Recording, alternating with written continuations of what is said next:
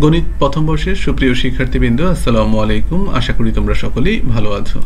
Linear algebra আমাদের চলমান topic linear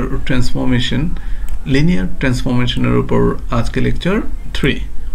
আজকের লেকচারে আমি মূলত লিনিয়ার ম্যাপিংয়ের র্যাঙ্ক এবং নালিটি নিয়ে কথা বলতে চাই। প্রিয় শিক্ষার্থীবৃন্দ, আর কথা না বাড়িয়ে চলো আমরা আমাদের মূল আলোচনায় চলে যাই। আলোচনার শুরুতেই আমরা লিনিয়ার ম্যাপিং এর র্যাঙ্কের সংজ্ঞাটি একটু দেখে নিতে চাই। Let F V into U be the linear mapping. আমরা লিনিয়ার ম্যাপিংটা ডিফাইন করে নিলাম। Then the rank of F is defined to be the dimension of its image. খুব সিম্পল সংজ্ঞা, লিনিয়ার ম্যাপিং এর যে ইমেজ আছে সেই ইমেজের যে ডাইমেনশনের সংখ্যা সেটাই হলো মূলত লিনিয়ার ম্যাপিং এর র্যাঙ্ক।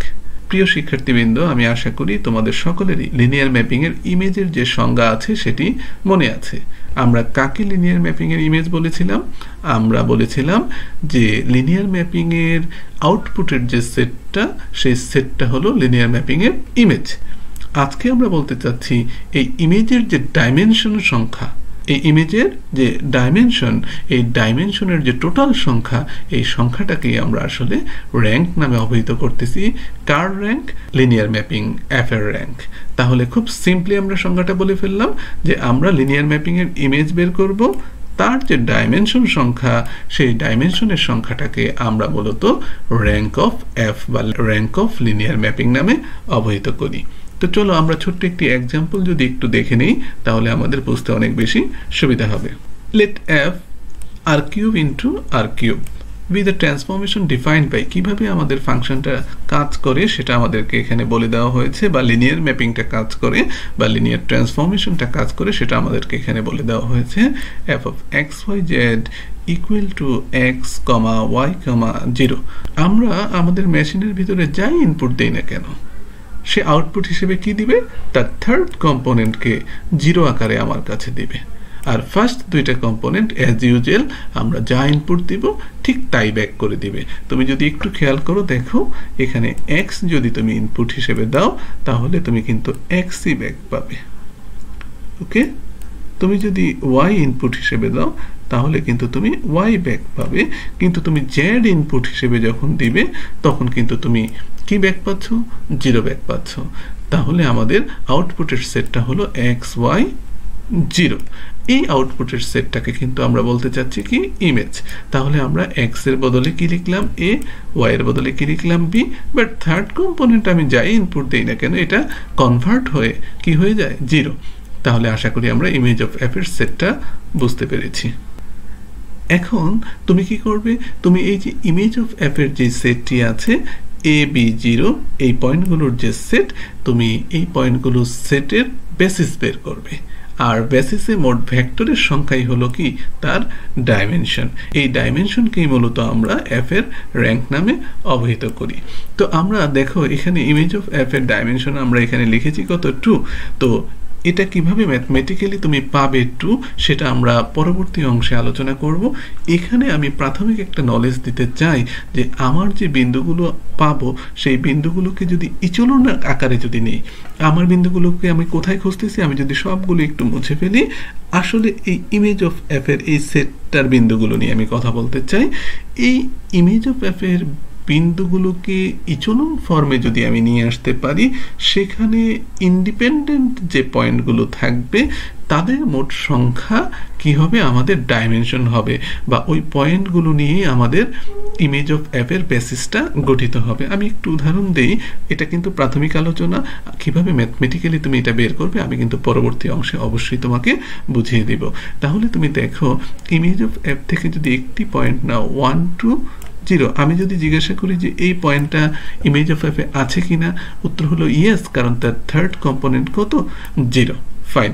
1 2 তুমি তোমার ইচ্ছা মতো ধরো, এর মান 1 ধরেছি, বির মান 2 ধরেছি, তুমি যে কোনো কিছুই ধরতে পারো। আচ্ছা, এখন আমি তোমাকে বলতে চাই যে আমি আরেকটি পয়েন্ট নিতে চাই। কোথা থেকে? এই ইমেজ অফ এফ থেকে। কিন্তু এই পয়েন্টটা নিতে চাই ইচলন ফর্মে, ওকে, যাতে আমি বেসিস ভেক্টরটা বের করতে পারি। তাহলে দেখো 1 এর নিচে নিশ্চিতভাবে তোমাকে কত লিখতে হবে? 0 লিখতে হবে, কারণ ইচলন ফর্মে আমাদের যে লিডিং এলিমেন্ট 1 আছে তার নিচে কত বসাতে হবে? 0 বসাতে হবে। আচ্ছা, এখন তুমি b-র মান যে কোনো কিছু নিতে পারো। আমি এখানে আমার ইচ্ছা মতো 3 নিলাম। ওকে, তুমি অন্য কিছু 4, 5, 1, 2 যে কোনো কিছু তুমি গ্রহণ করতে পারো, এলিমেন্ট অফ r হলেই হবে। কিন্তু থার্ড কম্পোনেন্ট কিন্তু নিশ্চিতভাবেই কত নিতে হবে?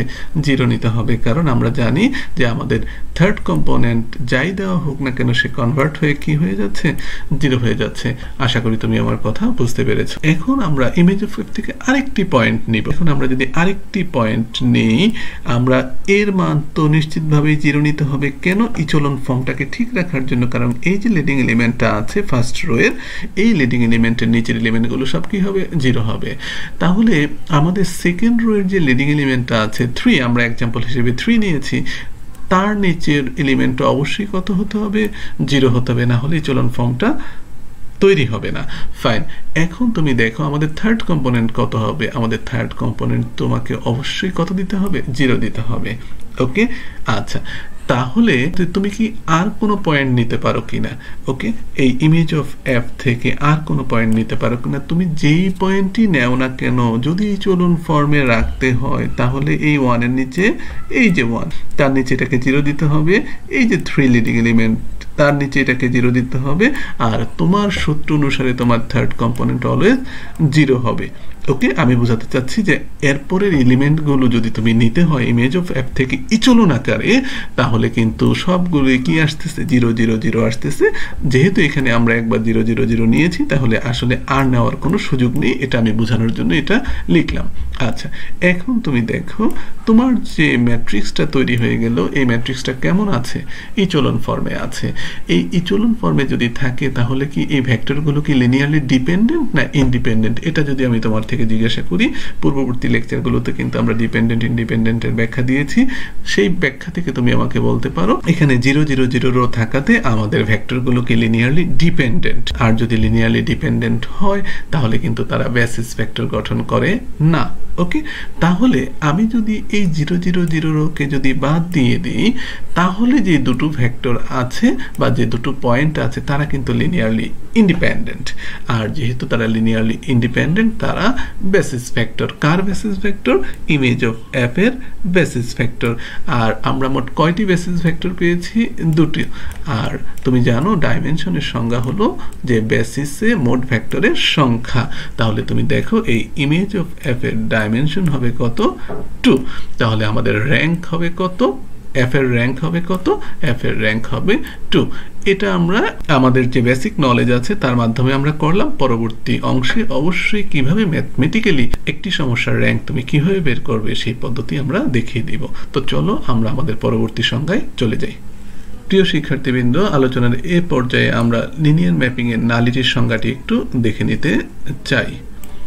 Let f v into u be a linear mapping, then the nullity of f এর নালিটি আমরা বের করতে চাই is defined to be the dimension of its kernel. Linear mapping এর যে কার্নেল থাকবে সেই কার্নেলের ডাইমেনশন সংখ্যাকে আমরা কি বলতে চাই? নালিটি বলতে চাই। তাহলে সংজ্ঞাটা খুব সিম্পল। তুমি প্রথমে লিনিয়ার ম্যাপিং এর কার্নেল বের করবে, তারপর তার ডাইমেনশন বের করবে, আর পরিশেষে এই ডাইমেনশনের সংখ্যাকে nullity of the linear mapping বা নালিটি অফ f নামে তুমি ঘোষণা দিবে।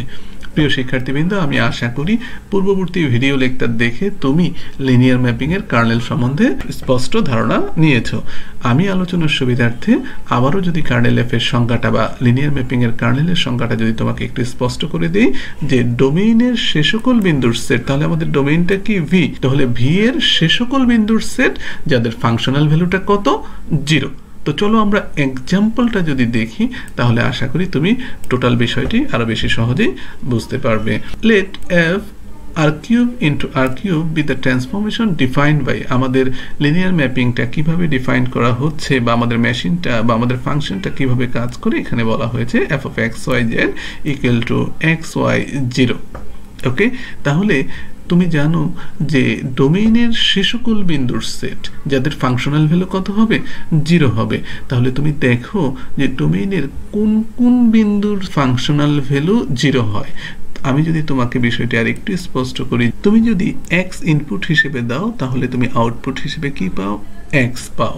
তুমি যদি ওয়াই ইনপুট হিসেবে দাও তাহলে তুমি আউটপুট কি পাও? ওয়াই পাও। তুমি যদি জেড ইনপুট হিসেবে দাও তাহলে তুমি আউটপুট কি পাও?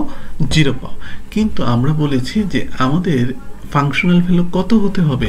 ফাংশনাল ভ্যালু আমাদের 0 0 0 হতে হবে। আমি যদি একটু লিখি তাহলে তোমার বুঝতে সুবিধা হবে যে আমরা যাই ইনপুট হিসেবে দেই না কেন আমাদের আউটপুট পেতে হবে কি? 0 0 0। তাহলে দেখো তুমি এক্স ইনপুট দিলে এক্স আউটপুট পাও, কিন্তু আমার আউটপুটটা পেতে হবে কত? 0। তাহলে তোমাকে নিশ্চিতভাবে ইনপুট দিতে হবে 0, তাহলেই তুমি আউটপুট হিসেবে 0 পাবো, কারণ এক্স এর জন্য এক্স। আমি যদি সামনে ফাংশনটা একটু লিখে দিই তাহলে তোমার বুঝতে সুবিধা হবে। তুমি দেখো আবারও তোমাকে বলে দিচ্ছি, তুমি যদি এক্স ইনপুট হিসেবে দাও তাহলে আউটপুট পাও কত? এক্স। তাহলে 0 ইনপুট যদি দাও তাহলে তুমি আউটপুট কত পাবে? আউটপুটও কিন্তু 0 পাবে, যেটা কিন্তু আমরা খুঁজতেছি। ওকে ফাইন, প্রথমটা শেষ।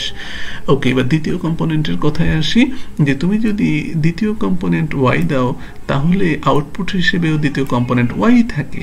তাহলে তুমি দ্বিতীয় কম্পোনেন্ট কি পেতে চাও? আউটপুট কি পেতে চাও? 0। তাহলে তোমাকে ইনপুট কত দিতে হবে? নিশ্চিতভাবে 0 দিতে হবে। আশা করি তুমি আমার কথাটি বুঝতে পেরেছো। এখন আমরা দেখতে চাই যে আমাদের আউটপুট হিসেবে তৃতীয় কম্পোনেন্ট আমরা কত চাই? 0 চাই। তাহলে আমরা আউটপুট হিসেবে তৃতীয় কম্পোনেন্ট আমরা কত লিখলাম? 0। এখন দেখো ফাংশনটা এমনভাবে ডিফাইন করা আছে যে তৃতীয় কম্পোনেন্ট তুমি যাই দাও না কেন আমাদের আউটপুট কিন্তু অটোমেটিক 0 হয়ে যাচ্ছে, অর্থাৎ মেশিনটা থার্ড কম্পোনেন্টকে অটোমেটিক 0-তে কনভার্ট করে ফেলতেছে। তাহলে এখানে কিন্তু আমাদের 0 বসানোর কোনো প্রয়োজন নেই। এখানে আমরা যে কোনো সংখ্যা আমরা বসাতে পারি, কারণ মেশিন তাকে অটোমেটিক 0-তে কনভার্ট করে ফেলবে। তাহলে আমাদের ইনপুটের সেটটা কি হলো? 0 0 C। এখানে আমরা সেই কথাটি লিখেছি, kernel of f equal to 0 0 C, C element of R. আশা করি তুমি বুঝতে পেরেছো। আর আমি যে কথাটি বুঝালাম সেটা এখানে লেখা আছে, f of 0 0 C সমান সমান 0 0 0। কিন্তু আমরা কিন্তু মূলত এখানে কার্নেল অফ এফটা দেখতে চাই না, আমরা দেখতে চাই এই কার্নেল অফ এফ এর ডাইমেনশন কত। এখন আমরা আমাদের যে বেসিক নলেজ আছে তার মাধ্যমে কিভাবে, আমি যদি সবগুলো একটু মুছে ফেলি, কিভাবে এই কার্নেল অফ এফ এর বেসিস বের করব সেটা যদি আমরা একটু দেখে নিই। তো মূলত আমরা এখান থেকে কিছু পয়েন্ট নিব এবং পয়েন্ট নিয়ে তাকে ইচেলন ফর্মে লেখার চেষ্টা করব। ওই ইচেলন ফর্মে ইন্ডিপেন্ডেন্ট ভেক্টরের সংখ্যাটাই মূলত কার্নেল অফ এফ এর বেসিস হবে, এবং ওই বেসিসে মোট ভেক্টরের সংখ্যাটাই হবে কি? তার ডাইমেনশন। তো চলো আমরা কার্নেল অফ এফ থেকে আমরা কিছু পয়েন্ট নেই কিভাবে ইচেলন আকারে। ওকে, দেখো আমি যদি এখানে লিখি কার্নেল অফ এফ এর একটি পয়েন্ট হতে পারে 0 0, অবশ্যই তার ফার্স্ট দুটো কম্পোনেন্ট 0 0 হতে হবে। থার্ড কম্পোনেন্ট তুমি যা খুশি নিতে পারো, আমি সির মান 1 নিলাম, তুমি অন্য কিছু নিতে পারো, কোনো সংকট নেই। এবার আমরা দ্বিতীয় যেই পয়েন্টটা নিতে চাই সেই পয়েন্টটাকে আমরা ইচেলন ফর্মে নিতে চাই। তাহলে এই দুটো তুমি ফিক্সড, এই দুটো কম্পোনেন্টকে নড়াচড়া করার কোনো সুযোগ তোমার হাতে কিন্তু দেওয়া হয়নি। কিন্তু থার্ড কম্পোনেন্টটা তুমি চাইলে এখানে 3 নিতে পারো, 4 নিতে পারো, 2 নিতে পারো, -1 নিতে পারো, যে কোনো কিছু নিতে পারো। আমি এক্সাম্পল হিসেবে 3 নিলাম। তুমি দেখো এখানে যদি 3 নেওয়া হয় তাহলে কি এটা ইচেলন ফর্মে আসে? না।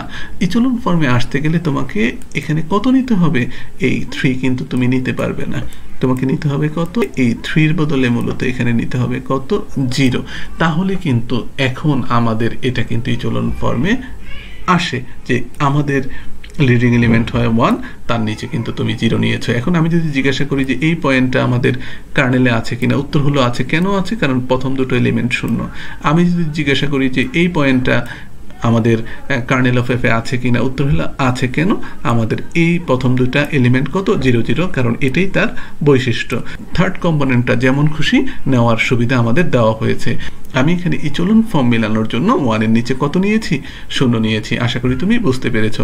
এখন তুমি এই কার্নেল অফ এফ থেকে আরেকটি পয়েন্ট তুমি নিতে চাও, কিন্তু ইচেলন ফর্মে নিতে চাও। তাহলে আমি যদি নেই, এখানে একটা 0 নিতে হবে নিশ্চিত, এটা তো উপায় নাই, এটা নিতেই হবে। সেকেন্ড কম্পোনেন্টও 0 নিতে হবে নিশ্চিত, নিতে হবে। আর ইচেলন ফর্ম মেলানোর জন্য আসলে এখানে 0 নেওয়া ছাড়া অন্য কোনো বুদ্ধি তোমার কাছে নেই। তাহলে এখানে তো একবার সেম 0 0 0 নেওয়া হয়েছে, বা সেম পয়েন্টটা নেওয়া হয়েছে, তাহলে এই পয়েন্টটা আসলে তোমার নেওয়ার কোনো প্রয়োজন নেই। Okay fine. তাহলে আমি তোমাকে বোঝাতে চাই, দেখো আমি যদি একটু দাগ দিই, এই যে ম্যাট্রিক্সটা তুমি গঠন করলে ইচেলন ফর্মে এই ইচেলন ফর্মের ম্যাট্রিক্সটা কি ডিপেন্ডেন্ট না ইন্ডিপেন্ডেন্ট? তুমি নিশ্চিতভাবে বলবে এখানে যে একটি 0 0 0 রো আছে, সঙ্গত কারণে আমাদের পয়েন্টগুলো পরস্পর লিনিয়ারলি ডিপেন্ডেন্ট। ওকে, তাহলে আমি যদি এখান থেকে এই 0 0 0 রোটাকে কেটে দিই, তাহলে যে একটি ভেক্টর থাকলো 0 0 1, ওকে, এই 0 0 1 এই ভেক্টরটি লিনিয়ারলি ইন্ডিপেন্ডেন্ট। সো সে কি গঠন করে? বেসিস গঠন করে। তাহলে আমরা কি দেখলাম যে আমাদের এই কার্নেল অফ এফ এর বেসিসে মোট ভেক্টরের সংখ্যা একটি, ওকে, আর একটি হওয়ার কারণে তার ডাইমেনশন হবে কত? 1। তাহলে আমরা কার্নেল অফ এফ এর ডাইমেনশন কত পেলাম? 1। সঙ্গত কারণে আমাদের নালিটি কত হবে? 1। আমি কিন্তু আবারও বলে দিচ্ছি, ম্যাথমেটিক্যালি কিন্তু আমরা এইভাবে সমস্যার সমাধান করব না। আমরা এখানে উদাহরণ দেখালাম এবং আমাদের যে বেসিক নলেজ ছিল সেই নলেজের মাধ্যমে আমরা তার বেসিস এবং ডাইমেনশন বের করে ফেললাম। কিন্তু ম্যাথমেটিক্যালি কিভাবে আমরা একটি সমস্যার র্যাঙ্ক এবং নালিটি বের করব সেটা কিন্তু আমরা পরবর্তীতে দেখিয়ে দেব। প্রিয় শিক্ষার্থীবৃন্দ, আলোচনার এই পর্যায়ে আমরা একটি প্রপোজিশন দেখে নিতে চাই, যে প্রপোজিশনটি আমাদের পরবর্তীতে ম্যাথমেটিক্যাল যে সমস্যাগুলো সমাধান করব সেই সমস্যাগুলোর সমাধানে অনেক বেশি ব্যবহৃত হবে। Let F V into U be a linear mapping. আমরা একটি লিনিয়ার ম্যাপিং গঠন করে নিলাম এবং আমরা বলতে চাই suppose v1 v2 vn span the vector space v। এই ডোমেইন যে ভেক্টর স্পেস ভিটা আছে, এই ভিটা স্প্যান্ড হয় বা জেনারেটেড হয় যেই ভেক্টরগুলো দ্বারা, সেই ভেক্টরগুলো আমরা বলতে চাচ্ছি v1 v2 vn। তারপর আমরা যে কাজটি করব, এই v1 v2 vn এর ইমেজ নিয়ে নিব, f of v1 f of v2 f of vn। এই যে ইমেজ ভেক্টরগুলো আছে, এই ইমেজ ভেক্টরগুলো প্রপোজিশন বলতেছে যে এই ইমেজ ভেক্টরগুলো কাকে স্প্যান করবে? ইমেজ অফ এফ নামে যেই লিনিয়ার ম্যাপিং এর যে সেটটা আমরা বের করব তাকে কি করবে? তাকে স্প্যান করবে। সহজ কথায় F of v1 F of v2 F of vn image of F K span করবে।